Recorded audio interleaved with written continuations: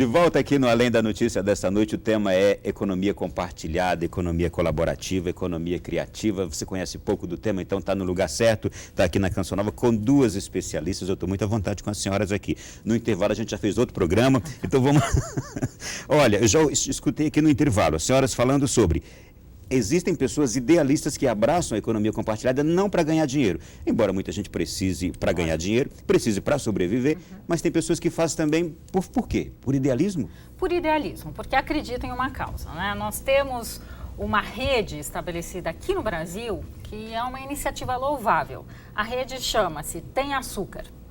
Então, é uma jovem idealista que tem uma proposta de possibilitar trocas entre comunidades. Então começa justamente naquelas bases de vizinhança, você precisa de uma escada, de uma furadeira ou de repente até de uma xícara de açúcar emprestada. E, em troca, você vai receber algum tipo de gentileza. Então, esse Tem Açúcar é uma plataforma onde você identifica quem são os participantes no seu perímetro geográfico, na sua vizinhança, mas nada impede de você também buscar apoio um pouco mais distante. E ali se estabelecem redes de troca. Só não se troca serviço. Então, você tem nos Estados Unidos, inclusive com iniciativas brasileiras também desenvolvidas por lá, algumas redes que compartilham, inclusive, serviços, sem ter uma moeda financeira de troca. Né? Você tem a moeda do tempo usado, do crédito que você tem por você ter concedido aquele bem ou aquele serviço. Então, com certeza, essa juventude, como muito bem disse a professora Raíssa, ela está aqui para fazer a diferença. Seja a diferença ganhando dinheiro, que sim, nós somos um país capitalista, então precisamos gerar recursos para sobrevivermos. Agora, não é a única forma que se tem dentro desse modelo que vem se firmando cada vez mais. Então, você tem uma esfera que você tem trocas financeiras e outra que não. Em outra perspectiva, você tem apenas aproximação de relacionamentos. Agora, a grande questão é como esses modelos eles irão sobreviver. São modelos relativamente recentes, porque mesmo numa plataforma como essa do Tem Açúcar, você precisa ter investimento. Quem é que vai patrocinar os servidores, as pessoas que ali trabalham? Então, tem que ser desenhado um modelo de negócios que sustente, inclusive, esses negócios que, porventura, não tenham a finalidade de gerar recursos financeiros, de ganhar dinheiro. Será que o sustento, a sobrevivência dessa fórmula, desse modelo, a continuação, sabe-se lá até quando, é justamente aquilo que atrai hoje mais pessoas ao modelo que é o valor? Porque a senhora nos falou também no intervalo aqui que essas iniciativas elas agregam valores, por isso que elas são tão bem vistas e por isso que elas são exitosas. Não seria justamente isso? Acho que até a resposta não estaria aí. Se agrega valor, vai perdurar. Perfeito. Eu acredito que existe mesmo, como a professora Rossana afirmou, existe mesmo um desafio no médio e no longo prazo em relação a todas essas iniciativas, porque o grande desafio, o grande ponto de interrogação é como é que elas vão se sustentar, qual é a sustentabilidade, né, desses empreendimentos, desses negócios, do ponto de vista, inclusive, financeiro. E nesse modelo de economia compartilhada, colaborativa, quem paga nem sempre, para manter, nem sempre é quem está usufruindo daquele produto ou serviço, né, daquele empreendimento, mas quem acredita que haja um benefício em empreender naquele ramo, naquele setor. Então, aí eu também entendo que esse cenário traz assim um reposicionamento das relações entre as empresas, os empreendedores, a academia e os agentes públicos, né? E aí eu queria trazer um conceito importante, que eu acho que fala um pouco sobre isso, que é o conceito de negócios sociais, né? Negócios sociais, eles são muito também calcados na economia colaborativa, onde eles não visam lucro, mas há um stakeholder, né, que são aquelas partes interessadas, que se dispõem, porque aquilo agrega valor para a sociedade ou para um público específico, se dispõem a patrocinar, a investir, mais do que patrocinar, a investir. E aí vem o empreendedorismo das pessoas que conduzem esses negócios colaborativos, esses negócios sociais, de conseguir vender a proposta, vender o quanto essa proposta agrega valor para a sociedade e obter assim, então, a adesão de pessoas, de organizações, empresas e do próprio governo. O governo não precisa necessariamente conduzir todas as iniciativas ligadas, por exemplo, aos interesses da sociedade. É preciso e possível compartilhar isso com outros agentes na sociedade. Então, a economia colaborativa, os negócios sociais podem cumprir um papel muito importante no sentido de preencher lacunas, gerar um impacto social, aproveitar as oportunidades e, ao mesmo tempo, tirar essa carga de que somente o governo pode atuar trazendo valor para a sociedade, né? Existem outros agentes, existem outros atores, e esse processo pode viabilizar tudo isso. Agora, precisa identificar como, de que maneira esse negócio, né, esse empreendimento, essa iniciativa agrega valor e quem está realmente disposto a investir nela. Não necessariamente a pessoa que está do outro lado lá do processo, e sim algum agente que quer colaborar, que quer contribuir, que quer participar deste processo. Professora Rossana? Então, eu gostaria de pontuar nesse momento, complementando a fala da professora Raíssa, 4 diferentes perspectivas desse, entre aspas, novo modelo. Né? Eu perguntaria isso, mas que bom que a senhora se antecipou. Em hipótese alguma. Então, a primeira é a perspectiva do modelo tradicional. Né? O que é aquele modelo tradicional? Onde se ganha dinheiro a partir desse modelo de compartilhamento, de colaboração. Então, aí nós temos modelos como o Uber, o Airbnb, que estabelecem redes de fornecedores. Olha que interessante, né? São redes estabelecidas e não mais negócios fundamentados em ativos tangíveis, em ativos físicos, né? E a partir dessa rede estabelecem trocas entre produtos, serviços e troca monetária. Então ganham dinheiro para. Daí tem a segunda categoria, o segundo grupo, como o Waze, por exemplo. O Waze talvez seja o estado da arte do modelo de compartilhamento e colaboração, sobretudo colaboração, não é? Porque nós usamos o Waze e nós que alimentamos as informações ali geradas.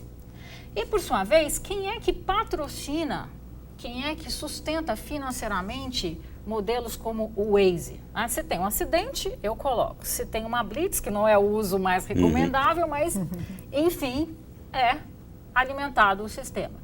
E quem que viabiliza financeiramente esse tipo de modelo? Patrocinadores. Em geral, patrocinadores vinculados à iniciativa privada e atores, em geral também, da economia tradicional, das indústrias tradicionais. Então, um modelo que você tem para sustentar financeiramente esse tipo de negócio é via patrocínio.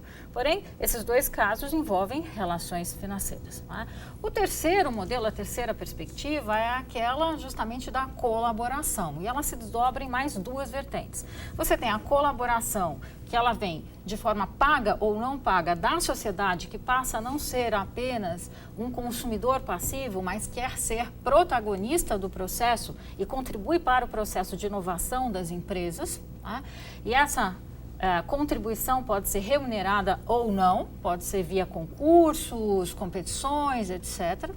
E você tem um outro lado que eu acho brilhante, muito pouco explorado no Brasil, infelizmente, que é a aproximação dos governos, pegando um gancho na última fala da professora Raíssa, dos governos e da sociedade.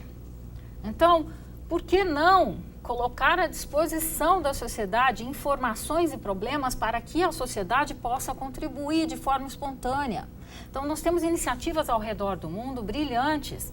Por exemplo, agora com a tecnologia, entra de novo a tecnologia como um agente, não é, de reforço, de amplificação dessas ondas, desses movimentos. Praticamente toda a sociedade hoje tem um aparelho celular, se não tem um smartphone, tem um SMS. Então, se ela está passando por sua rua e vê uma luz, só para dar um exemplo bem do cotidiano, do dia a dia, vê uma lâmpada apagada, uma luz, uma iluminação pública que não está funcionando, ela passa a contribuir dando a informação daquele fato. E isso vai desde um fato micro como esse até, olha, o governo precisa reduzir suas contas ou precisa atender de uma maneira mais efetiva a sociedade, contribuir. Posso dar um exemplo? Lógico. Posso dar um exemplo nessa questão de governo, que ele é micro, ele é inspirador, E que a senhora trazendo para a gente esse modelo aqui, esse modelo é também uma resposta. Mas recentemente conversei com um prefeito e ele disse que ele sai à cidade com assessores e com um caderninho. Vai passando pelas avenidas, pelas ruas da cidade, pelo interior e vai copiando tudo que ele está vendo de errado. Tudo que é dever dele de fazer, de resolver.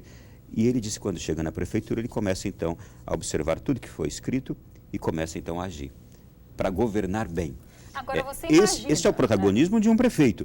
Agora, com a ajuda, por exemplo, deste modelo aqui, que ele já recebe as contribuições dos populares, dos seus munícipes, as coisas se juntam, teríamos, de fato, um resultado completamente novo. Com certeza, né? Então, estamos muito aquém do que deveríamos estar. Em todas essas dimensões, a meu ver, né? Nós temos muito que caminhar ainda no Brasil.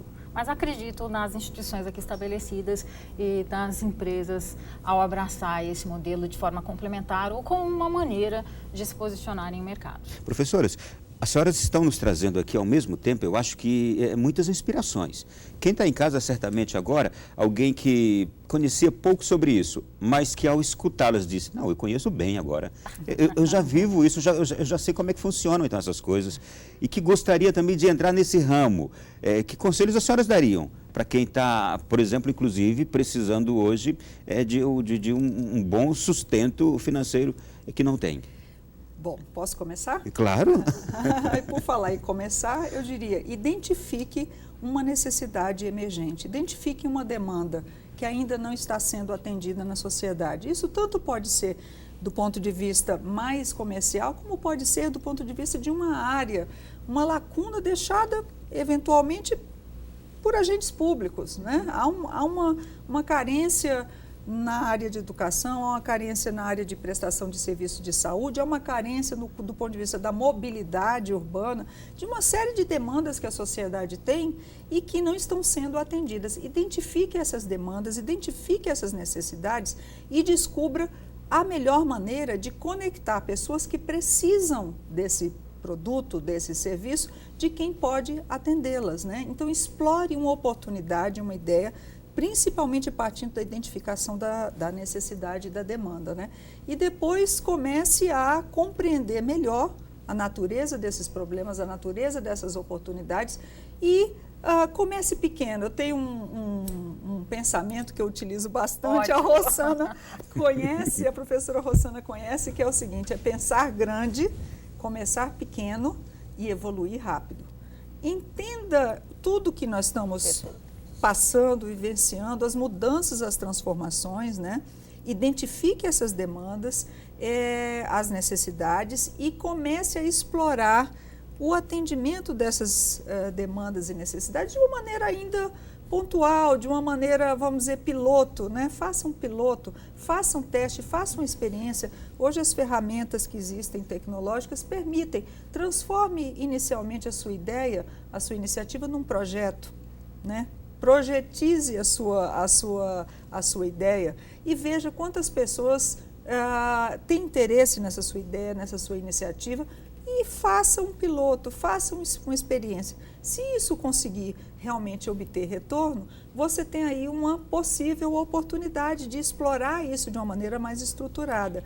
Eu me lembrei agora de um exemplo, a gente está falando muito de exemplos internacionais, exemplos de grandes empresas, grandes organizações, mas a gente tem aqui no Distrito Federal ótimas experiências que começaram assim, começaram pequenininhas, focadas quase como um projeto e hoje ela já ganha uma dimensão até internacional. Conheço duas experiências, uma que eu queria citar, nascidas de dentro da Universidade de Brasília, com jovens que começaram como um projeto, como uma iniciativa percebendo uma demanda, uma necessidade. É o caso do empreendimento de uma plataforma chamada Trader. Trader foi um projeto criado por uma aluna concluinte de comunicação organizacional da UNB, né, a Jéssica, se não me engano o nome dela, se ela estiver ouvindo ou se alguém conhecê-la, mande meu abraço e meus cumprimentos pela iniciativa dela. Esta jovem, estudante da Universidade de Brasília, desenvolver um projeto próprio de cada dia consumir menos. Se eu quero consumir menos, eu quero fazer um projeto de 365 dias, cada dia eu me desprender, praticar o desprendimento, o desapego e tirar alguma coisa que eu tenho e pensar quem é que necessita dessa coisa, desse produto, dessa roupa, desse objeto. E daí nasceu a ideia de negócio, né? Ela criou uma plataforma, um aplicativo que aproxima pessoas que querem disponibilizar coisas, é um brechó virtual, né?